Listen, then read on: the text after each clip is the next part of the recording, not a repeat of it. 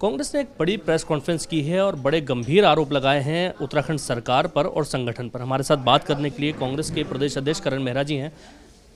अंकिता भंडारी हत्याकांड को लेकर के जो गंभीर आरोप आपने लगाए हैं वो किस आधार पर लगाए हैं? देखिए, अंकिता भंडारी मर्डर केस में हम बहुत टाइम से कभी हमने गिरफ्तारियाँ दी, धरने प्रदर्शन भी किया और हम कई चीज़ों को लेकर चल भी रहे थे और सरकार लगातार टाल मटोल करी थी। कभी कमरे को वीआईपी उनके पुलिस अधिकारी बता रहे हैं, कभी कुछ हो रहा है, कभी कुछ हो रहा है। और अब अंकिता के पिता ने आरोप लगाया है, एक पत्र भी लिखा है, उनकी मां का एक वीडियो भी सामने आया है जिसमें वो कह रहे हैं कि इसमें बीजेपी आरएसएस के एक बड़े नेता अजय कुमार जी का नाम उन्होंने लिया है। हमने आज डिमांड की है मुख्यमंत्री से कि इस पर तुरंत जांच बैठाएं और सुप्रीम हाई कोर्ट के सिटिंग जज की देखरेख में जांच होनी चाहिए, क्योंकि एजेंसीज का हमको भरोसा नहीं है। और जो दूसरी बात है इसमें, मुख्यमंत्री जी ने कल एक बड़ा अटपटा बयान दिया कि कांग्रेस के पास नैतिक साहस नहीं है पब्लिक के बीच में जाने का। हमने आज उनको चैलेंज किया, अगर नैतिक साहस है तो अंकिता के पिता के आरोपों पर जांच बैठाएं। उन पर नैतिक साहस है तो केदारनाथ में जो 223 किलो सोने की चोरी हुई है उस पर जांच अभी तक क्यों नहीं बैठाए, उसका उत्तर दें और जांच बैठाएं। उनके पास अगर नैतिक बल है, ताकत है तो वो बताएं कि जितने प्रकरण यहाँ हुए हैं इस प्रदेश में, चाहे उनका मंडल अध्यक्ष, कृषि का मंडल अध्यक्ष उनका मंगलौर का रहने वाला, उस पर जो आरोप लगा और उसको जेल भी, उस पर उनका नैतिक क्या है। उनके खुद की विधानसभा में उनके मंडल अध्यक्ष ने एक माइनर का बलात्कार किया, उसमें दोषी पाया गया। किसका संरक्षण था?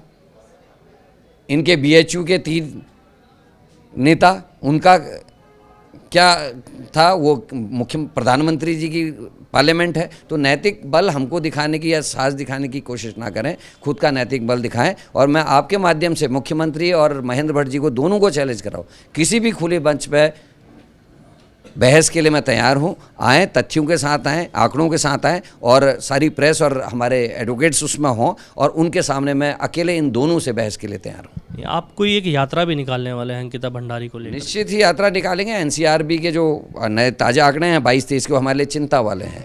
उसमें ये कहा गया है कि 9 हिमालय राज्यों में उत्तराखंड पहले नंबर पर है महिला अपराध पे।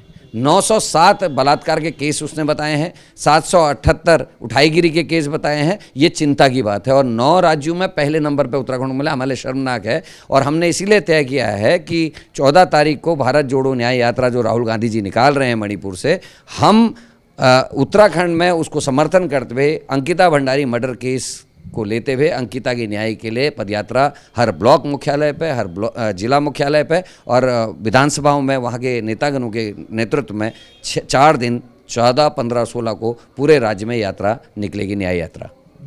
हमारे साथ बात कर रही है कांग्रेस के प्रदेश अध्यक्ष थे, जिन्होंने साफ तौर पे कहा है कि उत्तराखंड में अंकिता भंडारी को न्याय दिलाने के लिए कांग्रेस हर मोर्चे पर खड़ी रहेगी।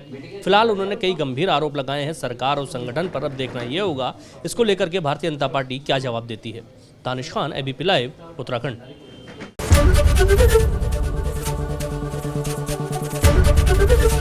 एबीपी गंगा, खबर आपकी, जुबान आपकी।